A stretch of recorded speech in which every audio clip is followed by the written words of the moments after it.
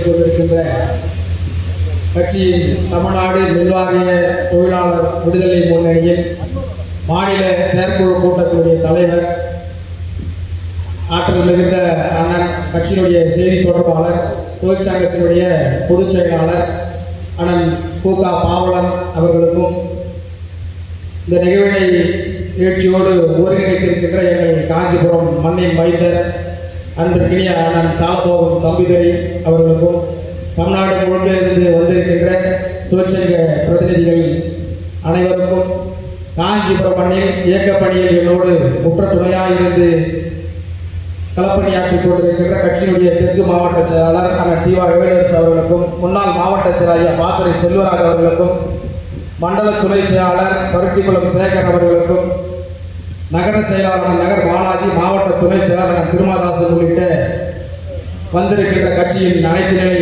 பொறுப்பாளர்களுக்கும் நான் சார்ந்திருக்கின்ற காஞ்சிபுரம் மாநகர் மாவட்டத்தின் சார்பில் நெஞ்சார்ந்த வணக்கத்தை தெரிவித்துக் கொள்கின்றேன்.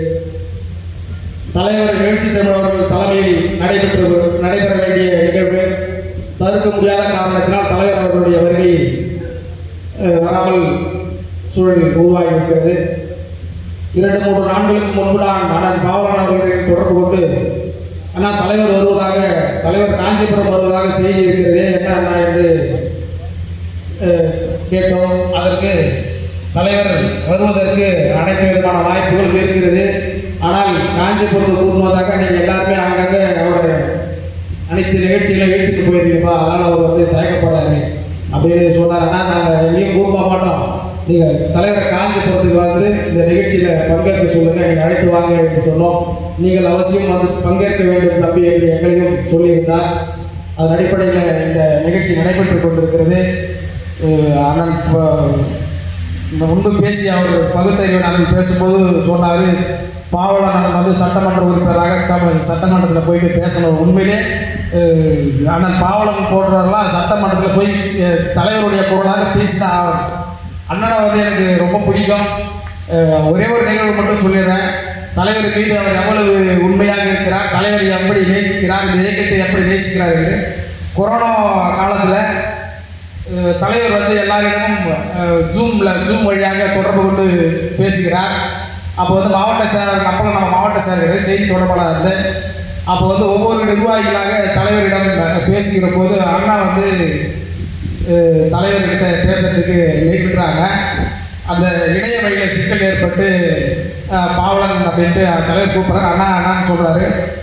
நீங்கள் பேசுங்க பாவலன், நீ பேசு அப்படின்னு தலைவர் சொல்கிறாரு.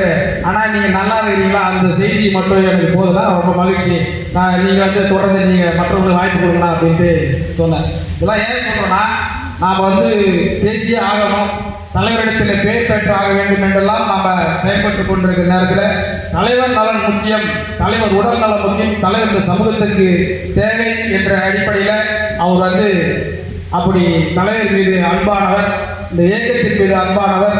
தொடர்ச்சியாக தலைவர் சொல்லுகிற நிகழ்ச்சிகளை மேலிட காஞ்சிபுரத்திற்கு சில ஆண்டுகளுக்கு முன் உறுப்பினர் சேர்க்கை மேலிட பொறுப்பாளராக வந்திருக்கிறார். அப்போதெல்லாம் அண்ணனோடு இணைந்து பணியாற்றி இருக்கிறோம்.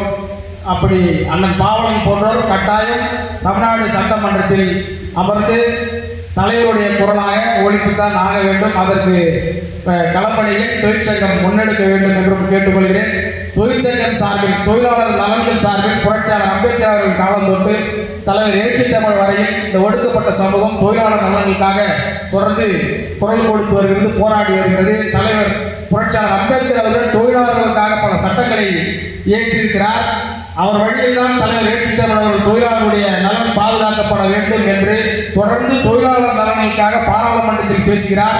மக்கள் மன்றத்திலே களத்தில் இறங்கி பல்வேறு போராட்டங்களில் ஈடுபட்டு தொழிலாளர் நலன்களுக்காக உற்ற துணையாக நின்று கொண்டிருக்கிற நிலையெல்லாம் நாம் பார்க்கிறோம். புரட்சியாளர் அம்பேத்கர் கூட கட்சி ஆரம்பித்த போது சுதந்திர தொழிலாளர் கட்சி என்றுதான் ஆரம்பித்தார். எனவே இந்த சமூகம் தொழிலாளர் நலன்களில் தன்னை முழுதாக அர்ப்பணித்துக் கொண்டு பணியாற்றிக் கொண்டிருக்கிற சமூகம். சாம்சங் பிரச்சனை கூட பெரிய பிரச்சனையாக நேர்ந்தது. இப்போ பல நாட்களாக போராட்டங்கள் நடந்து கொண்டிருக்கு. தலைவர் எழுச்சி தமிழ் அவர்கள் அங்கே போய் பேசின பிறகுதான் சாம்சங் தொழிற்சாலை போராட்டம் நிறைவு பெற்றது. தலைவருடைய கோரிக்கை அரசாங்கம் ஏற்றுக்கொண்டது. அந்த போராட்டத்தில் பங்கேற்ற போது தொழிற்சங்க தோழர்கள், சாம்சங் நிறுவனத்தில் பணியாற்றிய அந்த தோழர்கள்லாம் தலைவர் அப்படி கொண்டாடினார்கள். இதெல்லாம் நம்ம பார்க்க முடியுது. எனவே நம்முடைய மின்சார வாரிய தொழிற்சங்கம், தொழிலாளர் விடுதலை முன்னணி தொடர்ந்து கட்சி பணியில் தன்னை இணைத்துக் கொண்டு தொழிற்சங்க பணியில் மட்டுமில்லாமல் இயக்க பணியிலும் தலைவருக்கு உற்ற துணையாக இருந்து பணியாற்ற வேண்டும். அண்ணன் பேரறிவாளன் அவர்கள் வந்திருக்கிறார். நான் மாவட்ட செயலாளராக இருந்த நிலையிலும் கூட காஞ்சிபுரம் அமைப்பு சாரா தொழிலாளர் நல வாரியத்தினுடைய மாவட்ட கண்காணிப்பு உறுப்பினராக இருக்கிறேன்.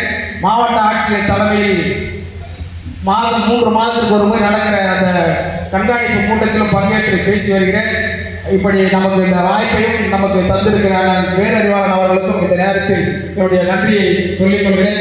தொடர்ந்து தமிழ்நாடு மின்வாரிய தொழிலாளர்கள் முன்னணி தலைவர் ரேட்சிதம் அவருடைய கருத்தை வலுப்படுத்துகிற வகையில் தொழிற்சங்க பணியிலும் இயக்க பணியிலும் தன்னை இணைத்துக் கொண்டு பணி செய்யுமாறு உங்களை வாழ்த்தி வேண்டி விரும்பி கேட்டுக்கொள்கிறேன். வாழ்க்கை